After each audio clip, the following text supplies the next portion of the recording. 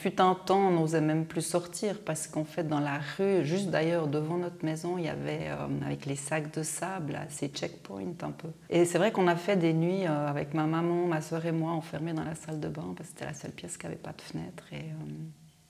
Pour éviter de devoir se prendre une balle par erreur, en fait. À l'âge de 40 ans, une prise de conscience, de me dire « Ah, ben, ça fait 20 ans que je suis sur ce chemin. Et si tout va bien, ben, les 40 prochaines années, je continue sur ce chemin. » Et ça m'a vraiment créé un stress à l'intérieur, en fait. Et je me suis dit « Mais en fait, pourquoi tu stresses? Tu as une belle vie, tout va bien. Tu es bien dans ton couple, tu as des enfants fantastiques, tout va bien. » Puis je me suis dit, c'est bizarre que ça me fasse ça. Mais à ce moment, ma sœur allait pas bien, ma maman avait un début d'Alzheimer. J'avais pas du tout le temps de m'occuper de moi, en gros. Donc j'ai mis ça un peu de côté. Je me suis dit, moi là, je peux pas juste pas aller.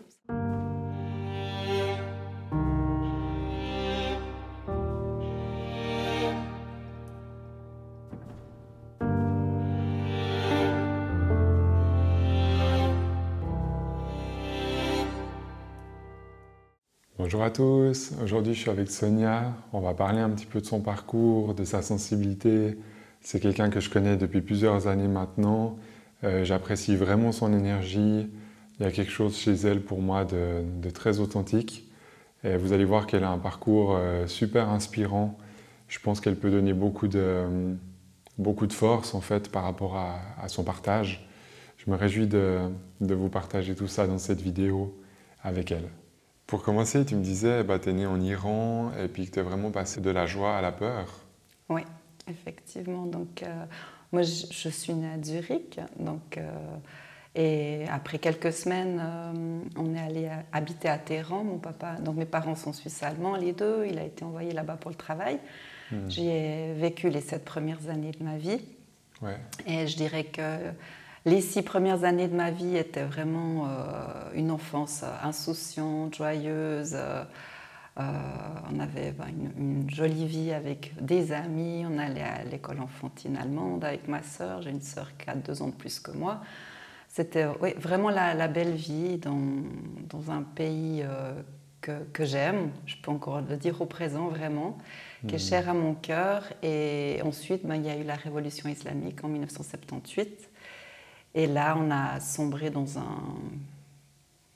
quelque chose de vraiment difficile. On est resté encore plus d'1 année. Donc, pour ceux qui ont un peu une notion d'histoire, c'est le Shah d'Iran, le roi, qui a dû partir. Et ensuite, il y a le Khomeini qui est venu. Donc, nous, on a connu toute cette révolution. On est parti juste avant la guerre contre l'Irak.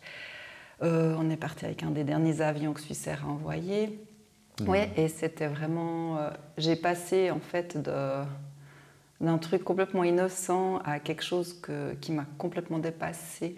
Ouais. Et c'était difficile parce que je pense que j'étais déjà très sensible et j'arrivais à ressentir en fait j'ai envie de dire aussi la folie dans l'être humain d'un coup qui tourne comme ça.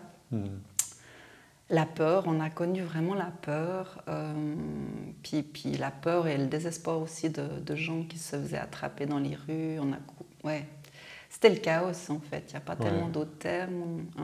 Tu étais enfermée, tu me disais que tu étais enfermée à la maison, vous pouvais plus Alors sortir. à la fin, oui. Donc un temps, on osait encore aller à l'école. Après, ils avaient pris en otage un bus scolaire, donc on ne pouvait plus aller à l'école. Un temps, on a fait l'école chez nous.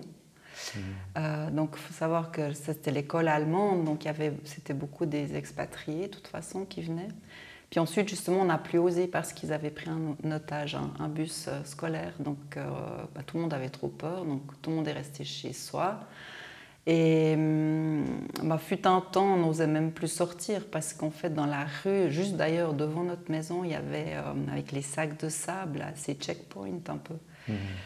Et il tirait j'ai pas envie de te dire qu'ils tiraient sur tout ce qui bougeait, mais il y avait une telle tension même chez eux, parce qu'il faut bien se dire que ces Iraniens qui se retrouvaient armés, il y avait des gamins, ils avaient autant peur que nous peut-être, donc en fait c'était très lourd. Et puis oui, alors on avait les toits plats et puis ils couraient sur les toits comme ça, ceux qui essayaient de s'enfuir, et puis ça c'était C'était hyper angoissant et on avait des espèces de terrasses à la hauteur de nos chambres à coucher où moi j'avais ma chambre.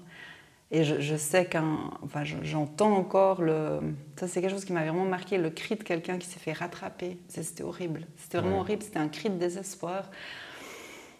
Je pense que lui, il savait ce qui allait l'attendre, allait pas être sympa. Enfin, c'est quelque chose qui m'a paniquée. Je me rappelle, j'ai couru dans la chambre à ma sœur, j'ai plus jamais dormi dans ma chambre. Et après, on a fait. Il se tirait dessus. Enfin, on avait des douilles régulièrement dans notre jardin qu'on retrouvait. Et c'est vrai qu'on a fait des nuits avec ma maman, ma sœur et moi, enfermés dans la salle de bain parce que c'était la seule pièce qui n'avait pas de fenêtre. Pour éviter de devoir se prendre une balle par erreur, en fait. C'était un petit peu ça, on était là. Bon, ça doit être horrible, hein. Moi je me rends pas compte, j'ai jamais vécu, tu vois, la guerre Mais... C'était encore pas la guerre, donc j'ose imaginer que ceux qui sont restés, ça a été encore juste pire, quoi. Et psychologiquement, tu as l'impression que par rapport à ta sensibilité, ça t'a quand même marqué un sacré coup. Oui, ça m'a marqué et c'était de l'incompréhension. Enfin, j'ai l'impression que j'ai grandi très vite d'un coup parce que je comprenais, comment je vais dire, j'ai réalisé que l'être humain, on peut devenir incroyablement mauvais en peu de temps. Et il y a aussi cette capacité du lavage cerveau, ce phénomène de groupe. Et puis quand même, le courage aussi de ceux qui luttent pour une liberté d'expression et qui se font torturer en fait pour ça. Enfin, ça me paraissait déjà, je me suis dit, mais qu'est-ce qui se passe? Parce que pour moi, Téhéran, l'Iran, c'est mon pays de cœur, c'est où j'ai grandi. Et tout était chamboulé et je me suis sentie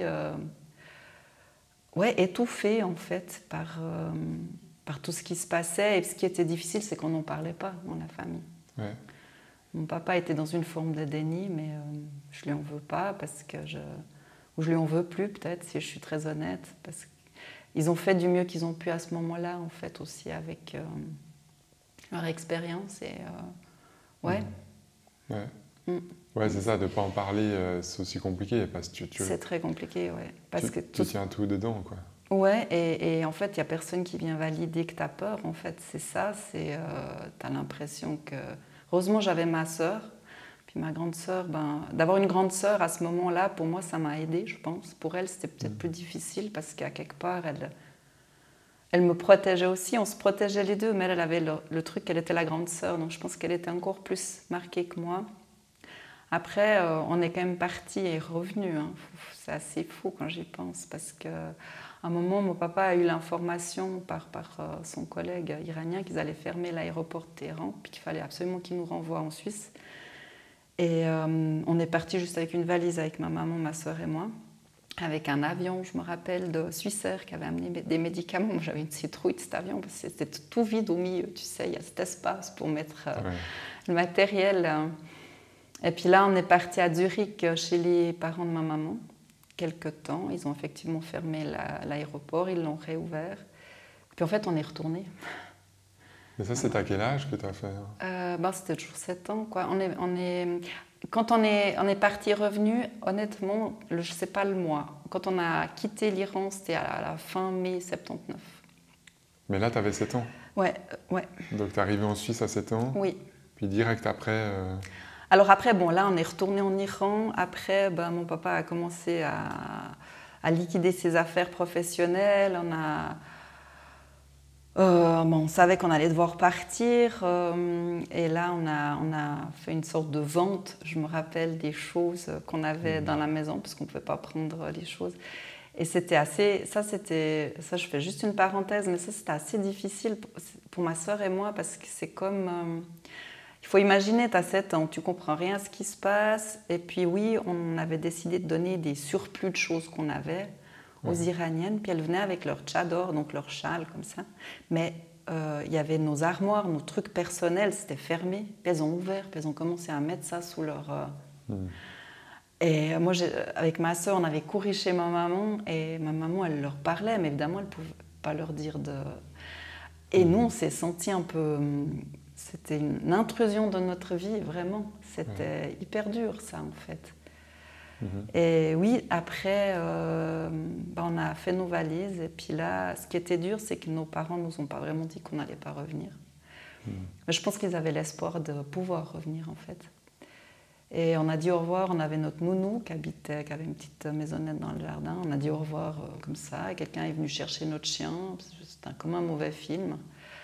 Et on est parti à l'aéroport en fait, et on a attendu peut-être 2 semaines à l'aéroport qu'un avion vienne nous chercher. Ouais. Ouais. Puis après on est arrivé en Suisse, heureusement avec un avion. Et on a débarqué, ma tante avait un chalet de vacances à Place-Elbe. Et on a été là-bas, quoi, en fait. Quelque temps, le temps de retomber sur nos pattes. Le temps que mon papa retrouve du travail aussi. Et voilà. Ouais, puis après tu me disais que tu étais très discrète aussi, que tu voulais pas te faire remarquer quand tu arrives en Suisse. Bah, je pense que je me suis un peu... je pense franchement on a eu peur pour notre vie. On a vu des choses horribles, on a vu des gens pendus, notre voisin s'est fait tuer chez nous. C'est des choses qui marquent, puis je pense que je me suis comme retirée à l'intérieur de moi, en fait, pour me protéger, si tu veux. Ouais. Et je pense que c'est une façon de digérer. Il a fallu plusieurs années, mais je pense juste se protéger. Et je pense qu'il y a comme une sorte de confiance avec l'extérieur qui a été quand même passablement ébranlée. Puis après d'être arrivé à Place-Elbe, en fait, on était pourtant suisse-allemande, puis ça peut sonner drôle, mais franchement, on a été vus comme des étrangères, parce que d'une part, on était protestants, pas catholiques, et on comprenait même pas tout le dialecte, pourtant on était suisse-allemande, et alors le fait de savoir qu'on venait de l'étranger, franchement, c'était incroyable, quoi. Puis on a dû aller un moment à l'école catholique il y avait les sœurs et tout. Mais moi, j'ai mis une parenthèse là autour, j'ai quasi pas de souvenirs. Ouais. Je trouvais ça horrible. On était montrés du doigt. Et tu comprends pas. Ouais. Parce qu'en plus, nous, on venait d'un pays étranger, mais ça t'amène une ouverture d'esprit, tout ça. Puis tu arrives là, on te dit que tu es dans ton pays, en fait, puis tu te sens quand même différente et rejetée. Ouais, donc ça c'était difficile. Puis après, on est parti à Lausanne, mon papa a trouvé du travail sur Lausanne, puis on a appris le français en fait. Et moi je croyais être en France pendant un certain temps. Ouais. Puis après ça a bougé, j'imagine, avec la langue, dès que tu as appris le français. De nouveau, j'étais toujours très discrète parce que moi j'avais été à l'école primaire, je parlais vraiment pas un mot, ma soeur non plus. Donc je me rappelle, j'étais comme dans un film sourd et muet, là, Charlie Chaplin, la prof que j'avais à l'époque, j'étais en première année primaire, je pense qu'elle parlait l'allemand sous la torture, donc c'était assez compliqué. Et de nouveau, elle m'a mis en plus au fond de la classe, donc autant dire, je me suis vraiment laissée oublier, quoi. J'étais un peu spectatrice de ma vie, en fait. Ouais, et je me suis sentie totalement déracinée, ça c'est sûr. Alors. Ouais, j'allais dire, tu n'étais plus enracinée non, du tout. Déjà physiquement. Ouais. Et puis au niveau énergétique, je pense que ça déracine aussi. Oui, certainement. Ouais. Donc ça m'a pris pas mal d'années pour. Mais je crois que j'avais peur aussi de replanter des racines, tu vois, parce que j'avais peur de nouveau. Peu à peu, les enfants ils viennent te chercher, tu parles avec les mains, tout ça, ça se passe, quoi. J'ai eu des gens adorables qui ont pris soin de moi, je vais dire. Mais ça m'a pris du temps de vraiment oser refaire des amis parce que on a tout perdu, en fait. Même surtout le contact avec les amis, quoi. Matériel, l'un dans l'autre, tu t'en sors, mais c'est pas ça, en fait, c'est l'humain. C'est ça, il manque ton noyau à qui tu peux te confier. Oui. C'est ça. Et puis j'avais peur que, une fois que j'allais de nouveau être bien, que j'allais de nouveau me sentir ici à la maison avec des amis, que tout ça, ça pouvait de nouveau repartir. Donc j'étais super prudente et du haut de mes 7 ans, j'avais peut-être 8 ans à ce moment-là, je m'étais juré qu'en fait, moi je dirais que mon pays c'est l'Iran. Donc j'habiterais pas plus longtemps en Suisse. Parce que pour moi, j'avais vécu toute ma vie en Iran, quoi. Et j'ai tenu bon. J'ai fait ça, Ouais. Et il y a un truc aussi qui marque dans ton histoire, tu me disais que les autres changeaient de regard quand tu racontais ton histoire. Oui. Est-ce qu'ils étaient tout d'un coup compatissants ou... Alors sûrement aussi, mais pendant des années, je n'ai pas du tout dit que j'avais vécu en Iran. On a aussi une période, il faut dire, où ma maman nous avait dit de ne pas dire qu'on avait vécu en Iran. Parce qu'il y a eu un temps où on a eu vent, parce qu'on avait encore des contacts avec des gens aussi en Iran, qu'en fait, ils en voulaient beaucoup à ceux qui avaient fui le pays, mais c'était plus les Iraniens quand même. Mais en n'étant pas très sûrs, vu que ça partait dans tous les sens, on n'a plus parlé qu'on venait d'Iran. Et moi, je n'avais pas envie d'en parler, en fait, déjà, parce que pour moi, c'était précieux, même si la dernière année a été bouleversante. C'était sacré, en fait. Donc, j'en parlais, je ne l'entends pas parler. Et quand, une fois, tu te retrouves à l'école, tu dois parler de ton enfance, je disais que j'ai passé mon enfance à Téhéran. Puis là, alors, vu que j'étais très discrète et que je me faisais un petit peu oublier, je devenais d'un coup un centre d'intérêt. Et puis moi, ça me dérangeait. C'est vrai que ça me heurtait.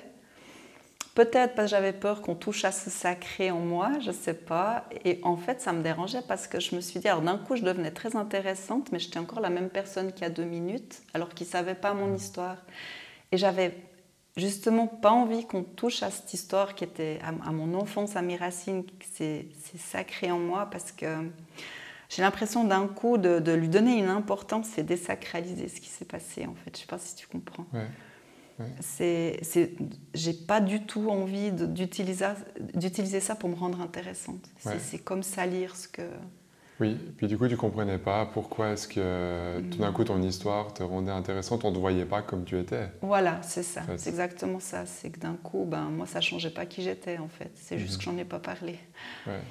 Mais à Almey, il y avait certainement aussi des gens vraiment sincèrement qui avaient de l'empathie et puis qui avaient de l'intérêt à savoir ce qui s'était passé. Hein.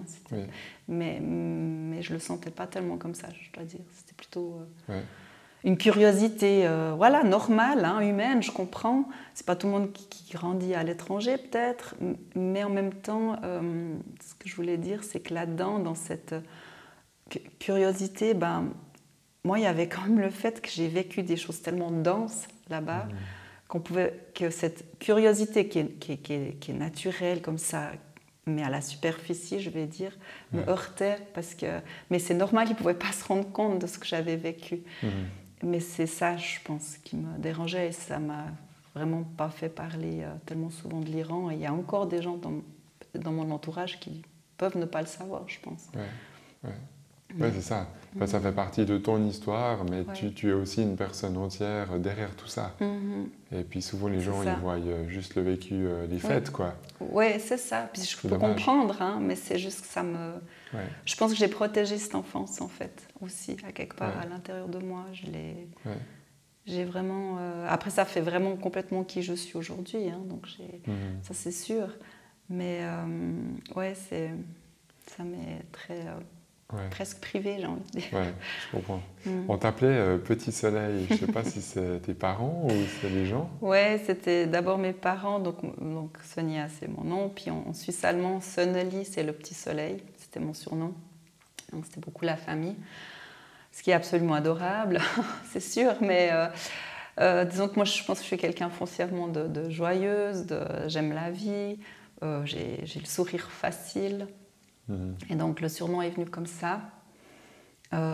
C'est juste qu'après, c'est aussi difficile dans le sens où sans qu'ils s'en rendent compte, ça se veut affectif, mais il y a un côté où c'est lourd à porter. Parce que ça te donne une mission un peu comme ça, d'être le soleil des autres. Hein. Ce que je pense que j'aime faire en fait naturellement, mais d'avoir la mission, c'est complètement autre chose, c'est qu'on te donne une responsabilité sans le vouloir. Hein, que je pense que j'ai endossé aussi.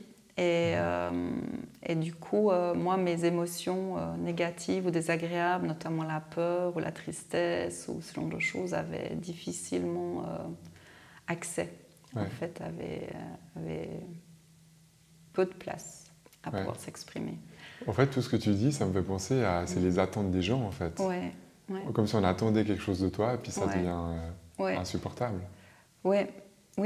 Puis c'était par amour, hein, mais c'est vrai qu'ils avaient tellement peut-être l'habitude que j'étais de bonne humeur, enfin que j'étais contente et comme j'étais, hein, j'avais un côté, heureusement, innocente dans l'enfance. Mais j'ai dû quand même... il y avait beaucoup de choses à porter d'un coup, en fait. Dès que j'allais pas bien, mes parents avaient tendance, un peu plus mon papa, mais un peu tout le monde, même les gens qui m'aimaient, hein, sincèrement, mais ils me disaient « Mais ça va aller, toi t'es le petit soleil, ça va aller, c'est pas grave ». Ça se veut encourageant, mais en fait, à travers ces mots, on est en train de te dire que t'as pas raison de t'en faire, en fait, puis que donc, on valide, c'est de dire ton ressenti, c'est pas grave. C'est pas ce qu'on veut. Moi, je l'ai sûrement fait aussi avec mes propres filles, et ça, c'est quelque chose que je m'en veux. Je peux pas revenir en arrière, mais je sais que je l'ai fait. Et en fait, c'est ça, c'est donner l'espace à quelqu'un pour être complètement qui il est. Et je pense, moi, j'avais pas tellement cet espace. Puis après, ma sœur, elle, c'était dur. Hein, elle avait 9 ans, elle a vécu ça encore plus fortement que moi. Je pense toute notre enfance en Iran, cette peur, ces angoisses. Et elle a lutté vraiment dur, quoi, pour prendre confiance en elle et se reconstruire. En plus, quand on est arrivé à Lausanne, elle était dans un environnement pas amical dans sa classe, c'était difficile. Moi, j'ai eu la chance d'être bien accueillie quand même par les enfants. Et je suis devenue un peu la grande sœur aussi. Donc c'est... Et avec ma sœur, heureusement, on a pu échanger un petit peu sur nos peurs, mais encore, c'était assez caché. On a eu des peurs de la nuit, on a dormi ensemble, on ne pouvait plus éteindre la lumière, parce que sinon c'était l'angoisse qui nous a rattrapés. On a fait des cauchemars pendant longtemps.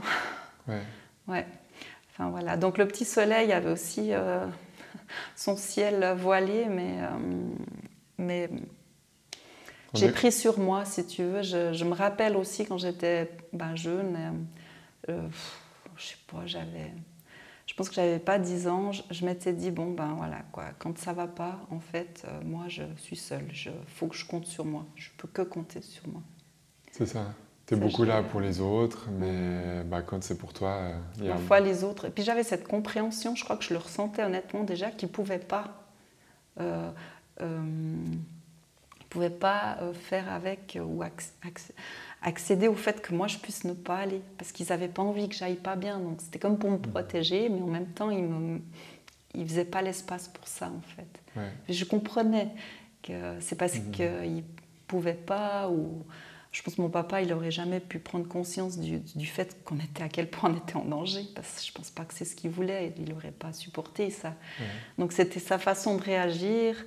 Et ce genre de choses, comme exemple. Hein, Donc j'avais déjà cette compréhension que ce n'était pas possible pour eux, donc il fallait que je gère moi en fait.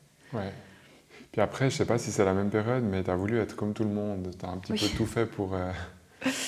Oui, il y a un moment donné, parce que je me sentais différente. Je me sentais différente déjà de par mon vécu, de ce que je ressentais en moi. Je crois que j'avais déjà une capacité d'introspection quand même assez, je pense, assez avancée. Je ne sais pas, de la compréhension du monde. J'avais toujours besoin de comprendre le monde, de ce qui s'était passé. Je me faisais déjà des réflexions. Je me dis aujourd'hui que d'adulte, en fait, pour essayer de comprendre ce qui s'est passé en Iran, pourquoi les gens ils réagissent comme ça. Enfin, j'avais déjà fait tout ça. Donc oui, je me sentais un peu décalée. Et à un moment donné, je me suis dit, je vais me mettre dans le moule, en fait. Ce qui était agréable, en fait, c'était confortable. Il y avait un côté confortable. Et du coup, je suis aussi un peu sortie du retrait que j'avais pris et je commençais à dire des choses. Je commençais à faire comme les autres, un peu. Et des fois, c'était même à l'encontre de ce qui résonnait en moi. Parce que je me rappelle, ça me fait rire maintenant, mais je commençais aussi des fois à critiquer quelqu'un. Et puis je me rendais compte que ça faisait rire les autres, ou ça faisait une appartenance en fait. Et en fait, au fond de moi, ça j'étais adolescente, j'étais au CO, je me disais en fait j'étais pas du tout à l'aise avec ce que je disais, mais je voyais que j'étais acceptée. Je rentrais comme ça dans le truc et puis voilà, je me suis jamais vraiment trahie, c'est pas ça, mais je suis restée un peu dans une surface comme ça pour être avec les autres et me sentir, quand même, je pense qu'on a tous un besoin d'appartenance. Et je l'avais, parce que moi j'aime foncièrement les gens, j'aime être en groupe, j'aime ça en fait, j'aime le partage, donc ça m'a manqué. Puis je pense que je me sentais suffisamment maintenant à l'aise à Lausanne, dans mon environnement, pour recréer des liens. Et voilà, donc effectivement, j'ai commencé à... Ouais, ça m'a rentré dans le moule, mais c'est pas négatif, hein, mais... Tu avais besoin de ça pour... Ouais, pour être, en fait. Ouais, c'est ça. Pour être, pour vivre. Et puis, ça m'a aussi amené plein de réjouissances. Hein. Ça m'a fait des amis quand même. Mais c'est vrai que je pense que j'ai un peu, à un moment donné, honnêtement, je pense que j'ai coupé un peu avec ce qui se passait vraiment à l'intérieur, dans le fond de moi. Oui. Donc il y a un bout où tu t'es pas écouté une période pour essayer de faire un peu comme tout le monde. Ouais, puis j'avais envie d'aller bien. Ouais, c'est ça. J'avais envie d'aller bien. Et j'étais aussi bien, mais j'avais surtout envie de plus trop aller rester avec tout ce chamboulement qu'on avait à l'intérieur, ma sœur et moi. Donc on s'est un peu construite là-dessus, quoi. Comme ça, de façon assez autonome, je dirais. Oui. Ouais. Ouais, et puis là, c'est comme si ta sensibilité, on la met un peu de côté un certain temps pour vivre normalement. Ouais. Puis ça se réouvre un peu plus tard. Ouais. C'est ça. Ouais, c'est ça. Ensuite, si tu es d'accord d'en parler, tu me disais que tu as eu une vie de couple durant 26 ans. Donc, une très longue histoire. Oui, c'était même une belle histoire. Donc, j'ai rencontré ce qui allait devenir mon mari, j'avais 20 ans. Et puis, on était chacun à un endroit de nos vies où c'est pas par hasard qu'on s'est rencontrés. Je pense qu'on s'est vraiment apporté ce dont on avait besoin. Moi, à ce moment-là, j'avais clairement besoin de sécurité, j'avais besoin de pouvoir replanter des racines. Et lui, il avait aussi ses besoins, et puis c'est vraiment ce qu'on s'est amené. Lui, c'est aussi ce qui m'a vraiment apporté. Et donc, j'avais 20 ans, j'étais jeune, on a fait 7 ans ensemble, puis après on s'est mariés. On a eu 2 filles. Ça, c'est une sacrée remise en question en tant qu'humain d'avoir des enfants. Je leur dois beaucoup sur mon chemin de vie, vraiment, parce que ça me fait les émotions, mais c'est vrai qu'être maman, c'est quelque chose, ça m'a fait tout un travail sur moi.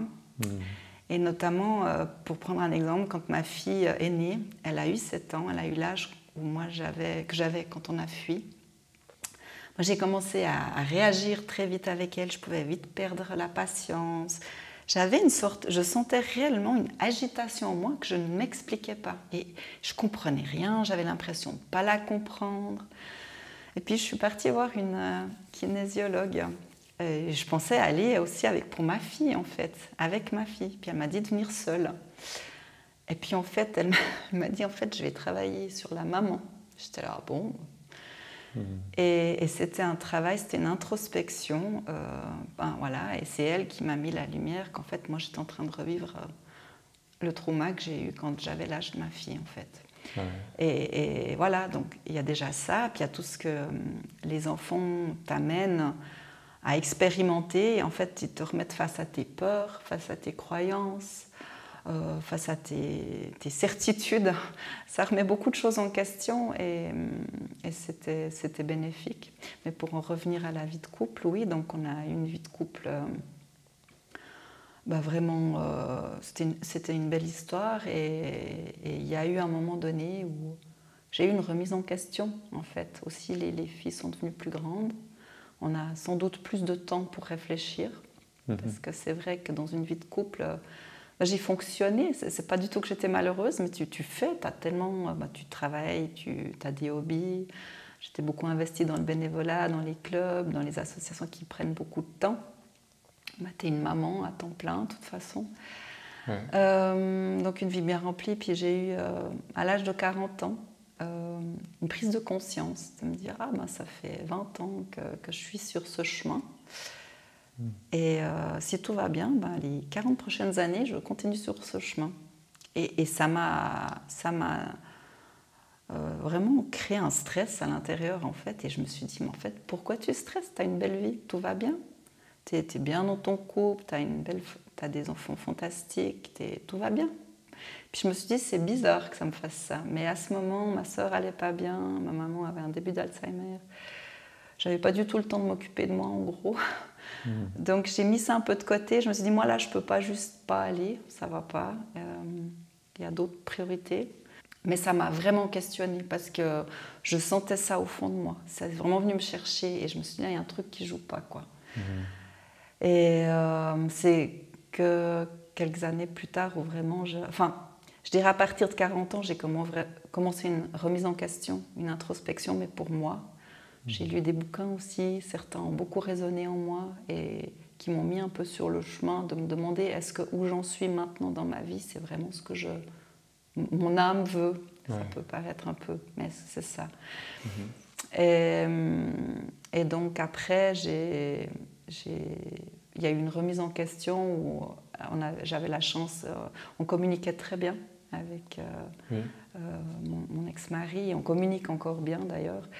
Et voilà, donc il y a eu, j'ai demandé en fait une discussion, de savoir où lui se voyait dans notre couple, à titre individuel aussi, comment il se projette, pour nous, pour lui, ces prochaines années. Et puis moi j'ai fait la même chose de mon côté, pour essayer de discuter un petit peu où on en était en fait. Ouais. Et tu t'es rendu compte, c'était un peu... Enfin, pour toi, il y avait quelque chose qui s'est transformé ou qui était plus là au niveau du cœur. C'est ça. Alors, pour moi, c'était... J'ai réalisé, mais lui aussi, hein, ça c'était une chance, j'ai envie de dire. C'est pas qu'on était complètement désaccordés là-dessus, de loin pas. C'était qu'on était confortablement assis sur un canapé, en fait. Et puis moi, j'étais dans un jeu, je me voyais, je lui avais dit, je m'imaginais... J'imageais, c'est comme un joli tableau pastel. Mais moi, j'ai envie de couleurs vives, en fait. J'ai besoin de couleurs vives. Même si je sais qu'avec des couleurs vives, c'est pas un long fleuve tranquille, mais j'en ai besoin, en fait. J'avais l'impression que j'avais besoin de prendre une respiration qui m'est propre. Et j'avais besoin et je me rendais compte que, malgré tout, je me sentais un peu enfermée dans un cadre, peut-être dans un rôle, que j'ai pris aussi, hein. Il n'y a pas de coupable là-dedans, c'est juste un état de fait.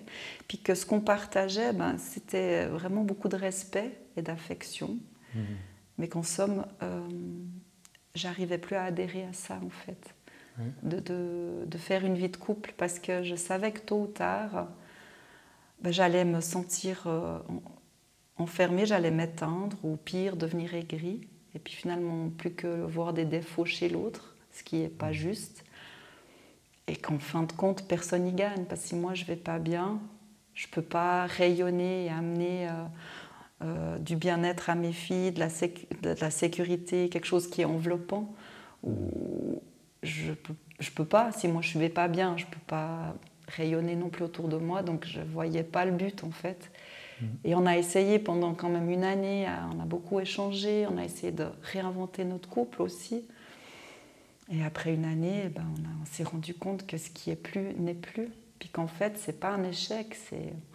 On a vécu vraiment une belle histoire et on a bouclé une boucle, en fait. Puis après, c'est le choix parce qu'il y a différentes possibilités. C'est le choix de se dire on continue, puis on fait avec. On essaie de faire au mieux avec. Ou on ose avoir le courage d'écouter son cœur et d'aller vraiment vers ce qu'on veut, au fond, pour soi. Et ma foi, engendrer quand même un tremblement de terre pour les enfants, parce que ça, c'est sûr, c'est quelque chose qu'on n'imagine pas à quel point ça chamboule les enfants, même si elles étaient plus grandes.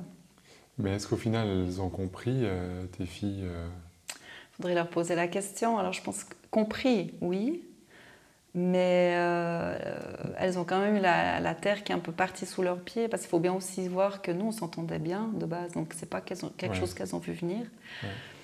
Et pour elles, ça a été très difficile. Je vais dire comme ça, moi, de ma vue de maman, d'avoir fait ce choix, c'était vraiment hyper difficile. C'est beaucoup plus... Je pense qu'on n'aurait pas forcément fait une année à essayer vraiment de voir si on n'arrivait pas à recoller les morceaux, si on n'avait pas eu d'enfant. On l'a fait pour être sûr qu'on était en accord avec ce choix. Moi... J'ai envie de dire, j'ai tellement besoin d'authenticité, d'honnêteté, que j'espère qu'elles comprennent que c'est aussi ça le message. Que quand tu es dans une relation et que ce soit même dans une amitié, hein, mais dans une relation aussi amoureuse, si toi tu te sens plus complètement là-dedans, que tu as l'impression que tu peux plus être complètement toi-même, et encore une fois, c'est pas en raison de la faute de quelqu'un, c'est juste que toi tu sens que tu as besoin d'espace, tu as besoin d'autre chose en fait, de t'écouter, de t'honorer, de te respecter. Et c'est que comme ça, en te respectant, que tu peux réellement respecter les autres. Et c'est ça le message qui est important. Et c'est sûr que c'est difficile pour elles parce qu'elles ont dû se reconstruire sur complètement un autre terrain, sur d'autres certitudes. Elles ont dû revoir leurs certitudes de la vie, du couple, de la famille. C'est un défi. Moi, je suis fière d'elles parce que c'est pas facile et je trouve que là où elles en sont aujourd'hui, c'est assez exemplaire. Je pense que ça les a amenées à grandir aussi un peu plus vite, sans doute. Mais pour moi, le message, il est important de se respecter. Et moi, je ne pouvais pas continuer à faire semblant parce que je mettais un masque. Et c'est tout le contraire que j'ai envie de leur laisser ou de leur transmettre, en fait. Ouais. C'est ça. Parce que sinon, tu envoies un peu l'image de la maman qui ne se respecte pas. Oui. Puis, et c'est ce que j'ai peut-être des fois fait comme enfant, où j'avais le masque du petit soleil. Et là, j'avais juste envie d'être moi-même et de complètement... en anglais, on dit embody, mais vraiment complètement embrasser mes émotions, qui je suis complètement.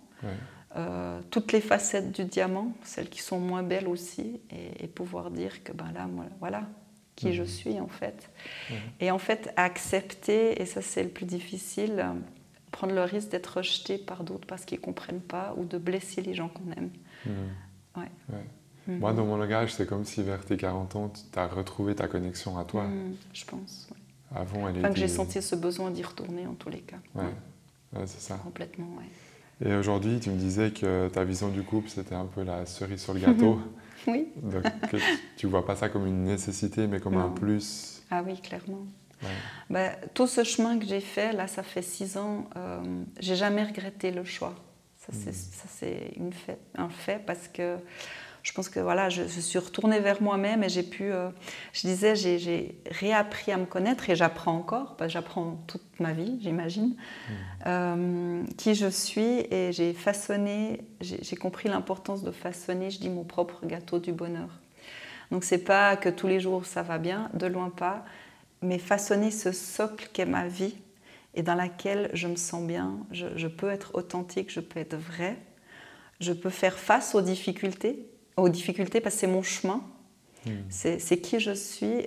Donc c'est vraiment ce socle, c'est mon gâteau, c'est mon gâteau du bonheur, je dis ça comme ça, et que l'autre pour moi c'est la cerise sur le gâteau, c'est-à-dire une relation amoureuse, c'est vraiment un plus, c'est une plus-value dans ma vie.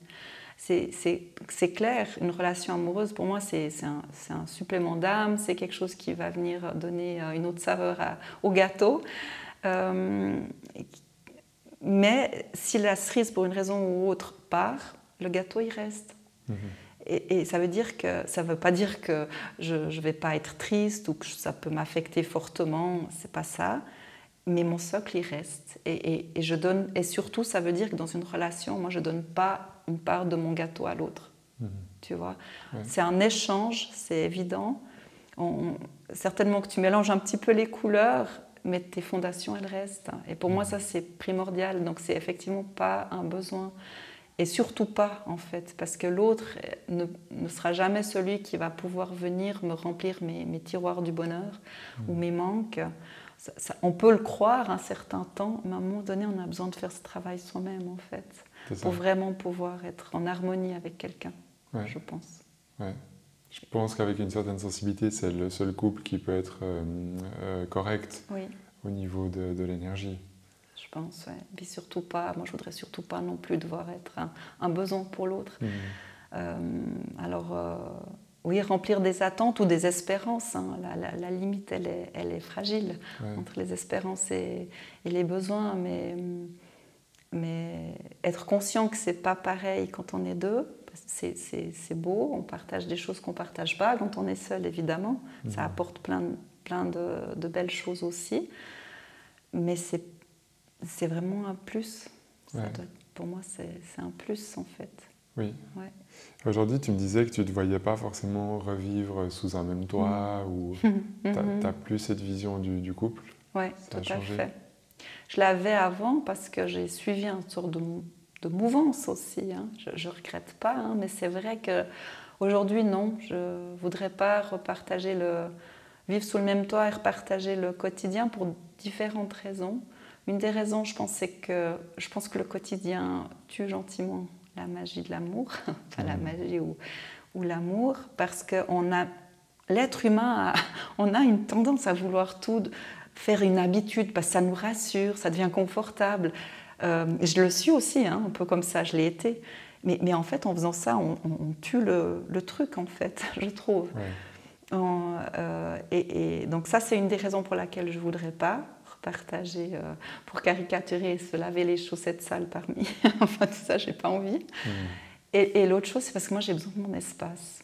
Et je crois justement que j'ai du mal à rester dans ma propre énergie et préserver mon espace si je partage mon quotidien avec quelqu'un. Je crois que j'y arrive pas. Il y a des personnes qui y arrivent, j'en suis sûre, mais moi je crois que j'en fais pas partie. Ouais. Alors aussi peut-être parce que mon vécu fait que j'ai vécu 26 ans avec une personne, donc c'est peut-être pour ça, peut-être quelqu'un qui a été longtemps seul, il arrivera, quand cette personne est en couple, à équilibrer différemment. Oui. Mais moi, je crois que j'y arrive pas. Donc et pour moi, ça, c'est fondamental. Et quand tu dis que tu n'arrives pas, c'est que tu ne te retrouves pas. Si tu habites avec quelqu'un, tu as l'impression de perdre ton essence. Oui, oui. C'est ça. Un peu. Oui, exactement. J'ai l'impression que je vais être trop... J'arriverai pas, parce que j'aurai l'impression que je dois me protéger pour pas être tout le temps vers l'autre non plus. J'aurai l'envie d'aller, hein, ça c'est sûr. Mais là, les couleurs vont trop se mélanger, en fait. C'est un peu ça, je pense, si je prends cette image-là. Oui. Effectivement, oui, ça va être difficile et j'aime vraiment me sentir seule. C'est vraiment Barbara Polla, dont j'ai lu le livre, Femme extraordinaire. Elle a aussi écrit Homme extraordinaire, du reste, que je conseille. Elle dit la solitude dans la joie. Et ça, c'est une phrase qui a fait écho en moi. C'est vraiment ça, j'aime ça. Et j'ai besoin de ça, c'est hyper reposant pour moi. Alors ça peut être à travers une méditation, mais même des moments juste me sentir seule, en fait, dans l'espace aussi. Ouais. Je pense que ton message et puis ton parcours, ça va beaucoup parler par rapport à ton histoire de couple, où tu as réussi à t'écouter à un moment donné. Moi, je vois tellement de gens qui, t'en vois peut-être aussi, qui n'arrivent pas à faire ce passage. Oui, c'est difficile. Ça peut donner aussi déjà un espoir, puis une force à des gens qui sont peut-être à deux doigts d'arriver à s'écouter. Oui, moi je leur souhaite. Je pense que c'est quand même un peu, pour moi, la raison de notre âme, c'est d'arriver à l'écouter et puis d'aller vers ce que notre âme nous pousse à être, en fait. Mais c'est vrai que ça demande, moi c'était tout un travail aussi, de déconstruction, de schémas, de façon de fonctionner, de croyances. Et suite à tout ça, aujourd'hui, je ne sais pas si tu veux en parler, mais tu fais aussi des soins. Oui, oui, je fais des soins. Donc, je fais aussi des séances privées, des soins de guérison énergétique et aussi un massage des 5 continents où j'utilise aussi en fait l'énergie pour venir. Mon but en fait à travers ces soins, c'est ça, c'est de réveiller ce soleil intérieur qui est en chacun de nous et que tellement souvent on oublie ou on n'ose pas laisser briller. Je sais de quoi je parle.